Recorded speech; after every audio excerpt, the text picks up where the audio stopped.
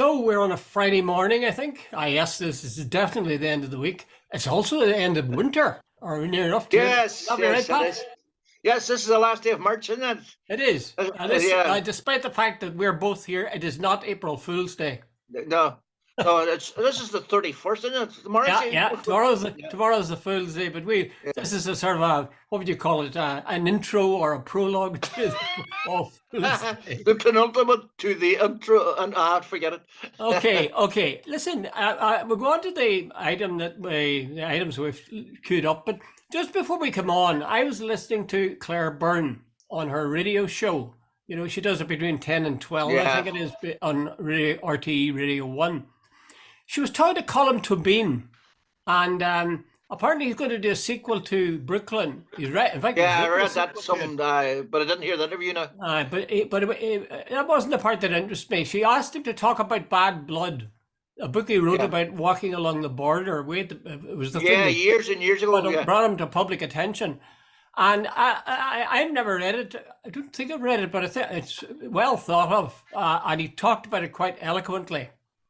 But one of the things that he said got me thinking, and I must say, I feel quite strongly about it.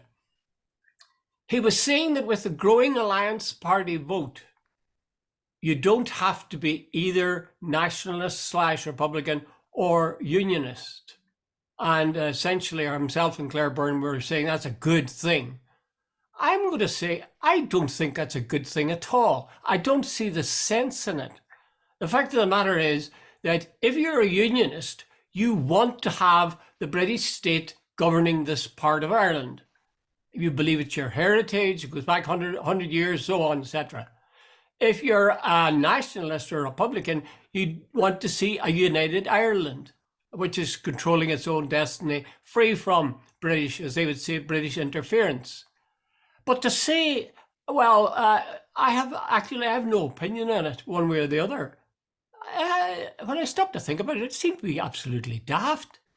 Am I being? Judy, I don't buy that for a second. To tell you the truth, see, after tomorrow morning, the old one that used to say in Derry. See, when it comes to the shooting and the revolution, which side of the barricade you'll be on. See, this middle of the road, that's lovely in a certain circumstances, but see, when things get hot and heavy, people take sides. It's lovely to, oh no, I don't get involved in this and I don't get involved in that. See, if you're brought up, no matter what you say, what does the Jesuit says, give me the child and I'll give you the man. I presume that whether you're unionist or nationalist, see, if it comes to the whipping of the crutches, as they say locally here, you will take sides. Well, are you regretting that, or are you saying that? No, I'm just saying that's reality. Yeah. Jude, and this Dublin 4 thing that I keep hearing about, Jude, I think most people would like a non-sectarian, non-discriminatory society here, whether there's fairness and equality, and whether you're unionist or nationalist, your aspirations are respected. But that's not happening, and particularly the nationalist community have a long experience of that not happening, even right up until quite recently, things like the Irish Language Act and so on. Everybody would love to be middle of the road, but I don't think Northern Ireland, when you build a state on a sectarian head count, it's never going to work. It's artificial, and that's a fact. Charlie Haughey, no matter what you said, he was right when he said it was a failed entity, because no matter what way you come at it, it is a failed state. Well, my thinking about it just struck me. I mean, I would agree with what you say, but my thinking about it was here you have a situation where you say a state is governed by Britain, part of the UK, Yeah. or it's going to be part of Ireland. And I mean, that's been the case, Yeah, that's it. disputed case for the last 100 years. And you say, well, I have no view on that. That seems to me, well, that almost says politics don't matter, or Yeah. who governs Jude, doesn't matter. I think that's it's a sort of, what would you say, nirvana or utopian viewpoint. Well, it's harder on the ditch, I think. It's I really harder on do the think ditch, it's Jude, harder on and the ditch. okay, Jude, maybe there's a growth of young people, but I would suggest that this last while, if the dissident IRA start shooting people, or the loyalist drug gangs run around the Irish Peninsula this last while, I bet you there's quite a few people have got definite opinions on that. They're not walking down the middle of the road saying, "Oh, nothing to do with me." It goes beyond that for me. It doesn't make sense to say you don't have an opinion one way or another. Yeah. Like it just Jude, seems to me it's everybody, almost no, Jude, impossible to be sincere and say that. Except you were yeah, to say, "Oh, we're the Alliance and we believe in an independent six yeah, counties." yeah, That would be at least a logical stance. yeah. But to say I have no views on this, it's like I don't know. Jude, look, let's get this clear. This to suggest after what is it, 100 years of the Northern State, 50 years of Unionist rule, what, 30, 40 years of the Troubles, and still no settlement. For anyone to say they walk down the middle of the street and hold no views, well, I think that's for the birds. Okay, well, we'll leave that. It just got me going. That Uh, and I hope I don't sound too intolerant because I know some people in the Alliance. There are some very nice people, uh, but it just struck me. It's when I heard Colin Tabine saying it. It seemed to be it was so readily accepted by Claire Byrne, and yet it seems so yeah, slightly insane. Anyway, yeah. okay. So Anyway, let's start with the list of things that we agreed on. You're concerned about this gang of loyalists that are marching around in daylight with wearing masks, and that yeah, doesn't seem to be a bother or a threat to the state. You're yeah. thinking there of Newtownards, I think, are you? Yeah, no, Jude, yesterday apparently there was. No, I don't know. I didn't know. I don't know if I picked it up right. Apparently there was 30 strong gang walking around some place in Ards, sort of like near a shopping centre. Cops watched them, and in fairness, apparently the cops didn't have a lot of numbers there, and some of them were wearing masks and some were not. And I saw Alison Morrison on Norris on the View last night, and she said she saw them, and she says the oldest she says was 26, 27. So these people were born after the Good Friday Agreement. Now, earlier this week, the MI5 raised the level of threat to severe in Northern Ireland because of the activities of dissident Republicans. Yeah. But I think if you're sitting as a nationalist, watching what the loyalists are doing, you sort of go, so wait a minute, nationalists are a threat to the state, but loyalists are not a threat to the state, because that's the definition. MI5 does not deal with they only deal with threats to the state. So a couple of dissident Republicans are apparently a threat to the state, but all this shooting, well, they haven't shot yet, but there's been petrol bombs, intimidation, public displays of gang strength, and so on. But that's okay. Well, dare I be the devil's advocate for a Go moment ahead. and say that they might see it as, for example, if you say they condemn the IRA, the new IRA, or whatever. I mean, the new IRA did shoot and try to kill, very nearly killed this chief John inspector. Caldwell, yeah. So that makes a difference between them and the loyalist paramilitaries who haven't, as you say yourself, haven't shot anybody, at least not yet, or in recent times. And I suppose if the authorities were asked, they would say, well, actually, this is just internecine warfare. They're sort of taking it like the cops used to take a domestic violence thing. Yeah. So between themselves, let them slug it out if they want to. Yeah. Now, I'm not agreeing with it. I don't agree. And in fact, I heard a former head of the special branch on Nolan this morning being very critical, very hard line, and saying the police need to swamp that area. They need to snuff this out. They need to arrest guys who are going around with masks and refusing to take them off. And if they, when they've arrested them, they should send them to court the next day, and they should be sentenced, and they should see the inside of a prison cell. It really was pretty resoundingly in favor. No, it's maybe this is unfair and all the rest of it, but what you sort of sit down, you watch, and these loyalist drug gangs, because a lot of them have been involved in criminality, and they've been getting away with it. They are intimidating their own community. They're drug dealing, they're loan sharking, and there's all sorts of things going on. And they're saying they're transitioning to peace for 25 years. Yeah. The police seem to adopt that softly approach. These guys are, by the way, they're legal. They've got a legal spokesperson who can come out and talk on their behalf, who says he's got nothing to do with them, which fair enough, I'll accept that on his bona fides. And yet, can you imagine? And I always say it's you have to, in a divided society, if 30 loyalists or 30 Republicans march through Derry or down the Falls Road got involved in whatever, all that sort of stuff that's going on, and they said they were transitioning. Can you imagine the uproar and whatever was going on? And yet, they're the loyalists, these guys, and in fact, even sort of see, even the police seem to be at great pains to say these are former UDA people. They've been expelled and all the rest of it. When they weren't expelled and UDA were still drug dealing, what was going on then? Yeah, yeah. I think myself it comes out of the notion of that the IRA, violent republicanism, is opposed to the state, Yeah, whereas the loyalist paramilitaries are a sort of an additional support for the forces of the state. yeah. And that notion of they're on our side has a long history, and thus they're reluctant to really clamp down on them. I can't think of any other reason, because No, a that is the UDA to reason. be Yeah, I know. outrageous in any other circumstances. MA5's assessment is because they are a threat to the state. But, you sort of say, there's a sort of a strange sort of, what would you say? It almost reflects the northern state. When loyalists do something, it's okay. When nationalists do it, it's a threat to the state. And that's a reflection almost of the mindset of the northern state. And that tells people in the nationalist community a lot as well, doesn't it? It does, and it doesn't say much for reconciliation. Maybe because Yeah. could have some southern commentators note that. Yeah. For example, Colm Tobin, to go back to him for a second, he was talking very much about the how friendly and how decent the Protestant people that he met were. And I'm sure that's 100% right. Yeah, yeah. Yeah, but he was keen to emphasise that these were unionists, and Yeah. the misguided views of the South about unionists. Yeah.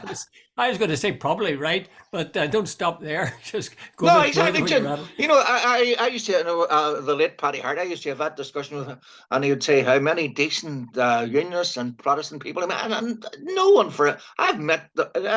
He wasn't telling me anything I didn't know, but he didn't tell me. Paddy, go and explain away 50 years of unionist misrule, 50 years of official sectarianism and bigotry.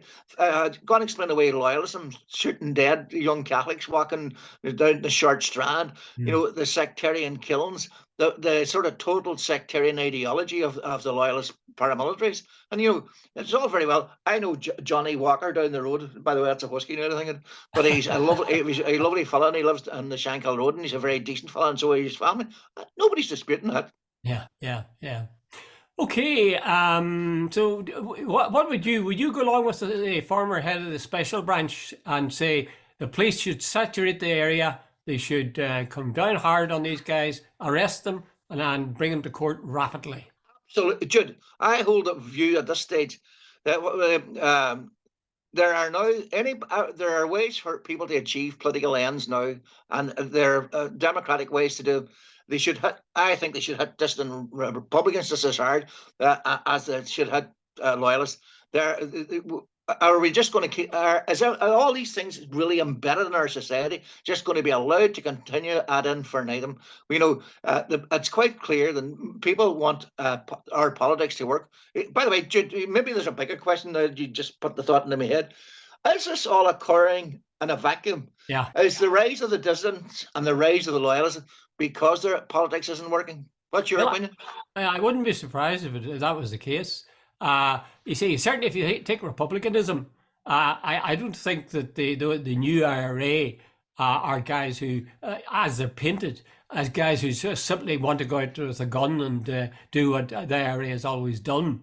I would say those guys think, well, this thing about shared power is not working. This idea of United Ireland is not working. And again, in that Claire Byrne discussion, they mentioned the vote and the number of unionists that would be, convinced of the worth of a New Ireland. Very critical of that. And essentially, he was saying, you'll have to convince all that bulk of unionists before you can have a border poll. I think we're at one in that. If democracy means anything, it does mean 50+1. Yeah. Well, there's a guy, High Court Judge Humphreys. I can't remember his first name. Leo Varadkar one did a major interview. I can't remember who it was with. some years back, and he said he would want a 2/3 majority. Now, our friend Ray Bassett, who was involved in the Dublin government's negotiating team for the Good Friday Agreement, he also pointed out that if 50+1 is enough to maintain the union for parity of esteem and parity of reality as well, and parity of legal, that 50+1 should also be enough for Irish unity. Yeah, just a last point on that. There was a party in Quebec when I was there called the Parti Québécois, and they were the separatists, you could call them. They wanted Quebec to be independent. There was a referendum held, and they lost the vote by something like 0.4. Jesus. 0.4%. So less than half of 1%. And yet that was accepted. Now that was the Parti Québécois came out of some pretty violent stuff. They had a military wing. They killed and put in the boot of a car the Minister for Justice for Quebec. They were a pretty tough bunch. And yet that was accepted. Nobody said, "Oh God, we'll have to run it again because it's too tight." It was accepted. Well, more credit to them is all I can say. Anyway, well, let's move on. Let's move on to Biden and Biden coming to Belfast. Is he like? If you see the old shots of John F. Kennedy coming to Dublin, boy, oh boy, they still have, even in black and white, they're still got a punch, and you can see people absolutely wild with excitement and pride and so on. You feel Biden might be a wee bit less awesome, less Jude, after Trump, I think the myth of the, like, remember there used to be a triptych, and my mother had one. I think it was the Pope, Jesus Christ, and John F. Kennedy.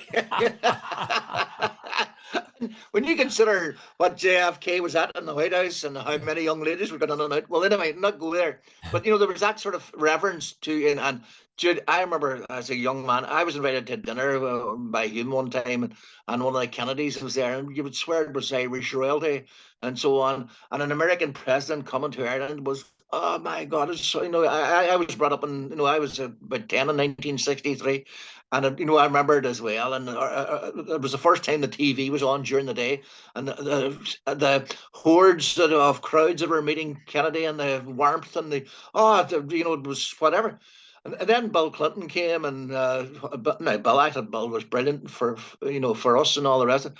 But it reached the stage now after Trump. You sort of go, here's a man who's just done everything to sort of degrade the whole office and it's lost that sort of, what would you say, that certain je ne sais quoi, doesn't it? That sort of mystique that the president of, that authority and all the rest of it, arriving in the big jets and the Secret Service and all the rest. When you think of a clown like Trump in there, for me, it's no longer what it was. I would kind of share that. I wouldn't attribute it to Trump. I sort of attribute it to Biden, that he simply hasn't got that kind of charisma and magnetism that the likes of JFK would have had. But maybe I'm doing him an injustice. I think I heard somebody talking about Biden, and they were saying that they met him, maybe it was on Paddy's Day in Washington, and they said he really, when he came into the room, you knew he was the man. So perhaps he's not the sort of, I always worry he's going to fall, or he's going to put his jacket the wrong way. He's going up the steps of an airplane. I'm waiting for him to fall over. Yeah. So maybe we're doing him an injustice. Maybe let's wait and see what he does when he comes. But Jude, the thing about it, because of the Windsor framework and so on, the Americans bring a hell of a lot of power to the table. They have a massive, compared to us. Like Ireland would fit into one of the smallest states in America, and the power and the wealth and the budget they have, and they can deliver when they want, big time. So he brings a lot to the table too. And if there was some sort of an agreement. Definitely. I totally agree with that. Regardless of his personality, regardless of his charisma, Biden is emphatically, outspokenly Irish. And he also is outspoken in terms of several of the people, Richie Neal. Richie Neal, is it? Richie Neal, and others have said, if you guys disrespect the Good Friday Agreement. I'm sorry, guys, you're not. I couldn't believe that. There'd be Yeah. no agreement. What do you call him? Chuck Schumer. Yeah. He was definitely doing the carrot and the stick to the DUP at St. Patrick's Day in Washington. He told them he would do everything and all the rest of it, but he went public on it. It wasn't said in private. He actually went public in a speech saying, "Let me make this clear. If in any way the Good Friday Agreement is threatened, we will not be doing any trade deals with the UK." But Jude, he couldn't have made it more clear. No, and I think to be fair to Rishi Sunak, that he is aware of that, and that's why you've got the Windsor framework, and that's why you've got the storm and break. But that's not enough for Sir Geoffrey, I'm afraid. Anyway, let's go on to Trump. Talk about Trump. Trump is in the news again because it looks like he might be feeling the hand of a cop on his collar. Find himself put in a cell. He's going to be charged with what was it that he did? An indictment. He's paying money, illegal funds, election funds. He paid off Stormy Daniels, the adult film star, porn star to me. I caught my ear. The adult. She's not a child actor then. Yeah, the adult. He paid her, and he his fixer, I think he's called Michael Cohen. Paid off. Now Trump's denying it, but you have to ask yourself. And Cohen went to jail, by the way. Who authorized Cohen to pay the money? But bottom line is, apparently they paid her money to shut her up during the election campaign, and that should have come out. He should have declared that as election funds, and he didn't. And they're very strict about election funding in America because it's open to all sorts of corruption. But anyway, that's bottom line. They're saying that he actually used funds from the election to pay her and shut her up, and that was illegal. Well, apparently they're going to press this now, and inside the next week or so, there's going to be developments there. And Trump himself has said that he'll be put in handcuffs and so on, which leads people to think that Trump would welcome that as a kind of a spectacle, to say, look at me, the victim, this is the establishment, this is what they do to the guy who won the last election, that they cheated him off. When you think about it, isn't he a marvel? He's the first president to face a criminal charge, first ever, right? He's the first president to be, impeached twice. He's the first president not to attend the inauguration of his successor, and he's the first president to refuse to hand over power, to a successor, and hence the riots on January 6th in 2000 and what was it, 21?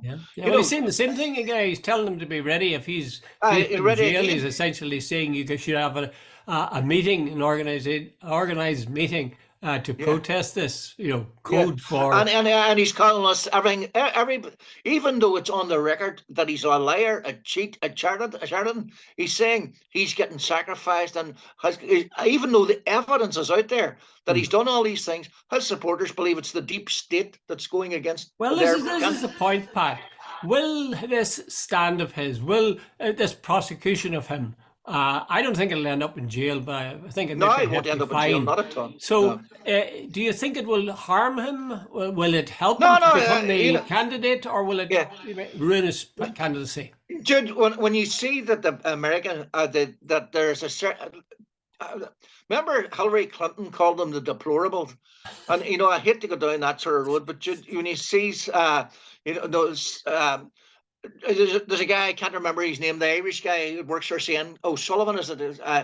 One night he did a thing, and he went to a Trump rally, and he went up to and he asked these people questions. And Jude, the village idiot seemed, have an IQ of 120 compared to some of these people, and you're sort of going, these people will vote for Trump no matter what. And by the way, he sells them the thing about America first, the flag. And, what was the famous guy who said that patriotism is the last refuge of the scoundrel? He has worked that one to the bone. He is convinced America first. No, everybody's out to do us. And I'm the guy that's looking after you, and so on. He's done it paisley. He's a sort of a demagogue, and he's convinced people. And Hitler was the ultimate one. And by the way, you'll always... if you're going for the demagogue's demagogue was Adolf Hitler, but Trump has used the same mentality. Yeah. You'd have to then include all of the Republican Party if he becomes a candidate? because I mean, he's going to be the Republican representative. That's he's the front runner, and they're all scared shitless. And sorry for the language, to cross him, because he can make or break them. Right? Still. Isn't that extraordinary? Do you think that? Okay, let's assume he becomes a candidate. Do you think he'll win this time? No, I don't think so. I really genuinely don't think. I think there's a sense of deja vu. Yeah, the spell's broken, and then enough Americans at this stage seem to have wakened up. It's a bit like Boris Johnson. I think the British people are sighing with relief and saying, "Thank God for Rishi Sunak. He's really boring." So I suspect that they'll be looking for something similar. Okay, let's move on to a much more easier on the eye anyway. Gwyneth Paltrow. I was going to say she'd be easier. Paltrow, yes. I was going to say she'd be easier on the nose too, but that would lead us down another pathway. She has won her lawsuit over a 2016 skiing collision she had when she was skiing in Utah. Utah. Tell us a bit more about it, Pat. And what I don't know a lot about that one, Jude. The only point of view I've ever had in all that. See, when it's a beloved film star or something, see, the ordinary person hasn't a hope. The whole the media circus that surrounds them. I don't know. There a lot of people are invested in what they're doing and so on. It's nearly impossible to get a conviction against these people. I remember there was an incident involving a Gardaí in the south. I'll not bother getting into details. And the evidence against him was so overwhelming, it was filmed. And yet, when it came to the court case, he won because there's a certain mentality: the Gardaí can do no wrong, and so on, so on. And I think it's the same with there's certain groups of people. A film star goes into court and says, "Look, I'm innocent." For some reason, 12 good men and true, and that includes women, seem to believe them.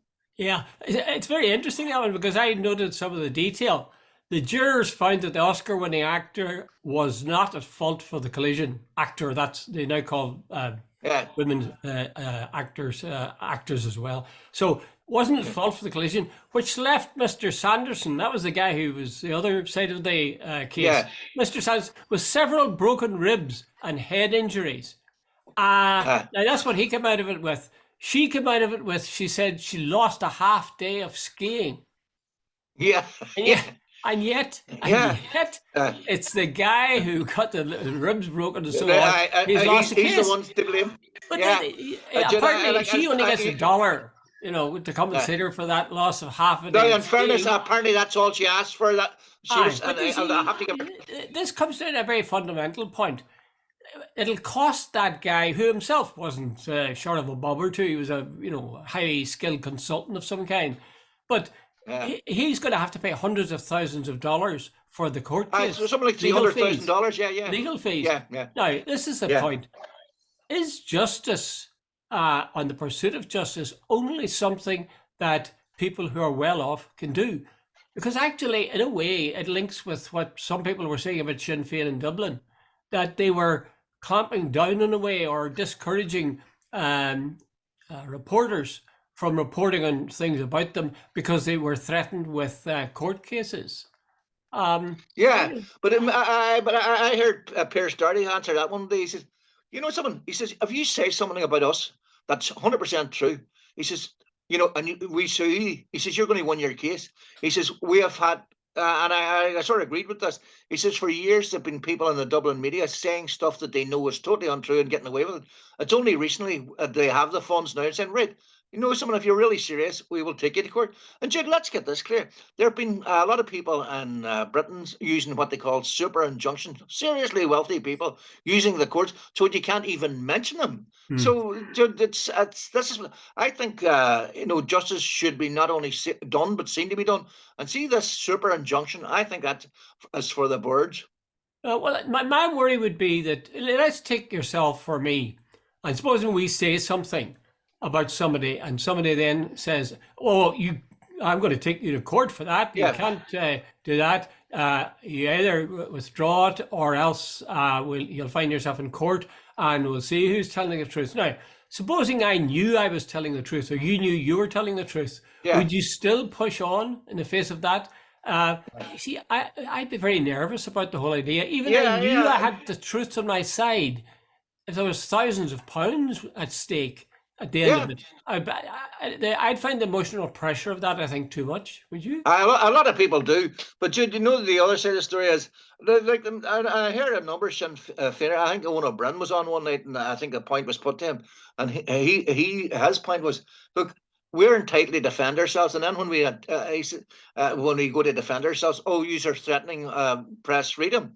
He said, and his point was pretty much the same as I heard Pierce Doherty saying, like, if it's libelous, are we not entitled to defend ourselves and so on? But Jude, but I take your point. There are others. Sure, Robert Maxwell was absolutely famous for sending. I remember Sir David English. He was the managing editor of the Daily Mail group, and he says every time he did a story on Robert Maxwell, in would come a libel letter, and he says your heart just sank because he says you knew, here we go again, and it's going to cost the paper a whole lot of money. It's also going to be taking up your time and the stress of trying to deal with a guy who was a multi-millionaire or who had seemed to have endless funds, and that is a abusive procedure. There's no doubt about that. Yeah, I probably shouldn't have brought in Sinn Féin, because it is true that Sinn Féin are now emerging from a period of decades when anybody could say anything they wanted to say about and they anybody did. in Sinn Féin and get off with it. And the Sinn Féin never followed it up legally. So now they're following it up legally. I have to say, to some extent, I see the balance being righted. But it is still a worry that in order to fight your case in court, even you're totally convinced of it, you'd better have a lot of money. You'd better have a lot of money. Because if it goes wrong, you are up there. Your life's ruined. That's wrong. My suggestion would be that the state should pay legal fees, and that there should be some sort of panel that would say whether or not this case is worth hearing. And they should do an experiment at least, or a trial run of that, or a pilot study, and see if it worked. Because at present, to take a case to court costs so much. I mean, legal fees are out of this world. Out of this world, exactly. Okay, let's go on to Fintan O'Toole, a man that's loved by many and not quite so loved by others. O'Toole is writing about the 1980s, and I think it was yesterday's, or was it today's Irish Times? No, it's about 2 or 3 days ago. And he said that in the 1980s, Ireland was a dire place. But then he said when there was a new patron saint arrived, and what he meant by that was these big American firms like Apple and Google and all the rest of it. But he said that, well, first of all, I have to take my hat off. I think Fintan O'Toole is a very good writer. He really is. He's also a good talker, because I heard him being interviewed in RT radio. Absolutely, And he was very good. He really has a way with words and a style of talking that's very persuasive.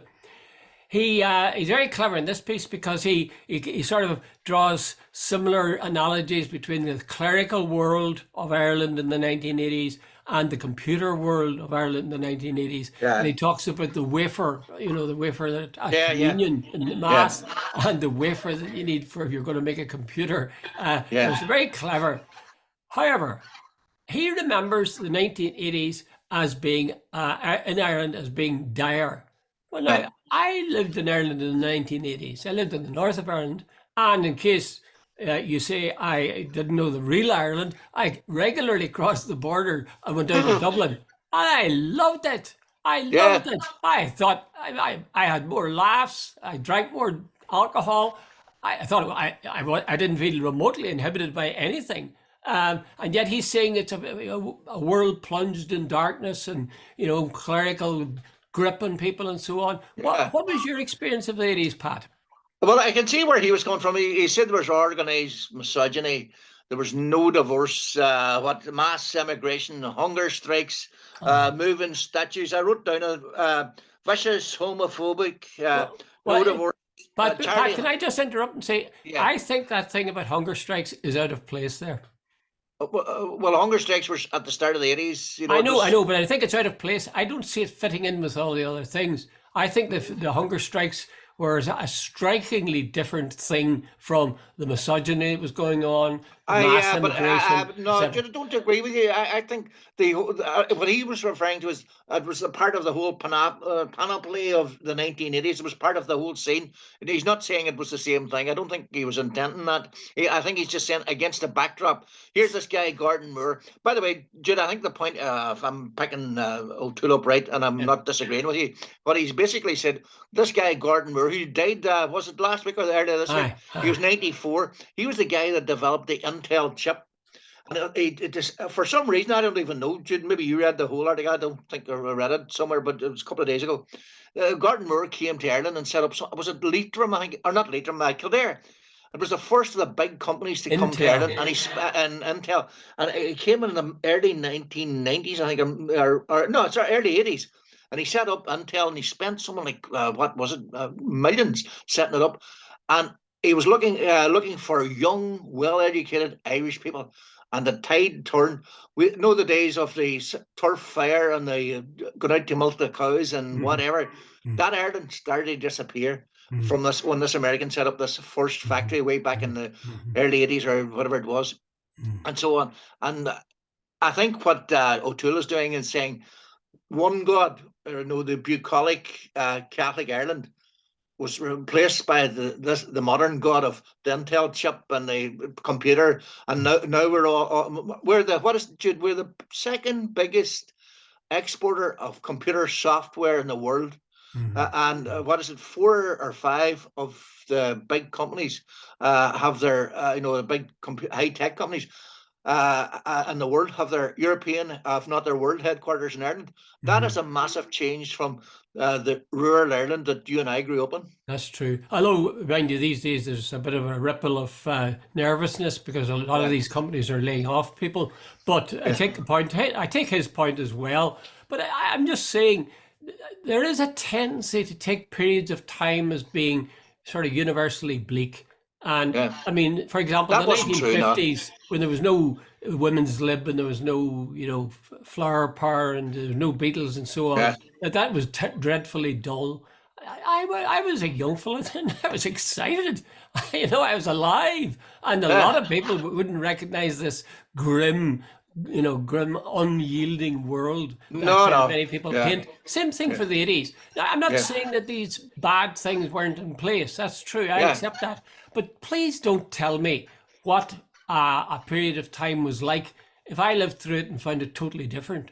Yeah, absolutely. No, Judy, you can paint any picture you want. You get up in the morning, you can say you can choose to be happy today, or you can choose to be sad. It depends, unless maybe somebody's died or something. But by and large, we can choose. Like I could make a case for what's happening now has been very bleak, but I'm sure there's somebody up the road's having a great time. So we can all choose our facts, can't we? Pat, I think the populace out there should be so grateful to you and me for this terrific piece of philosophy we're offering them. Yes. Choose to be happy. Choose to be happy today. Without question. Now, like if you've got cancer or something's happened to your family or something, but most mornings, for most of us, we get up in the morning, you can choose to be happy. You really genuinely can. You can look and say, look, my family's fine, everything's going grand. There's food on the table, I've got a roof over my head, and I'm going down to meet a friend, I'm going to the gym, I'm going for a walk, I'm going to learn to play the guitar. Don't give a shit what you do.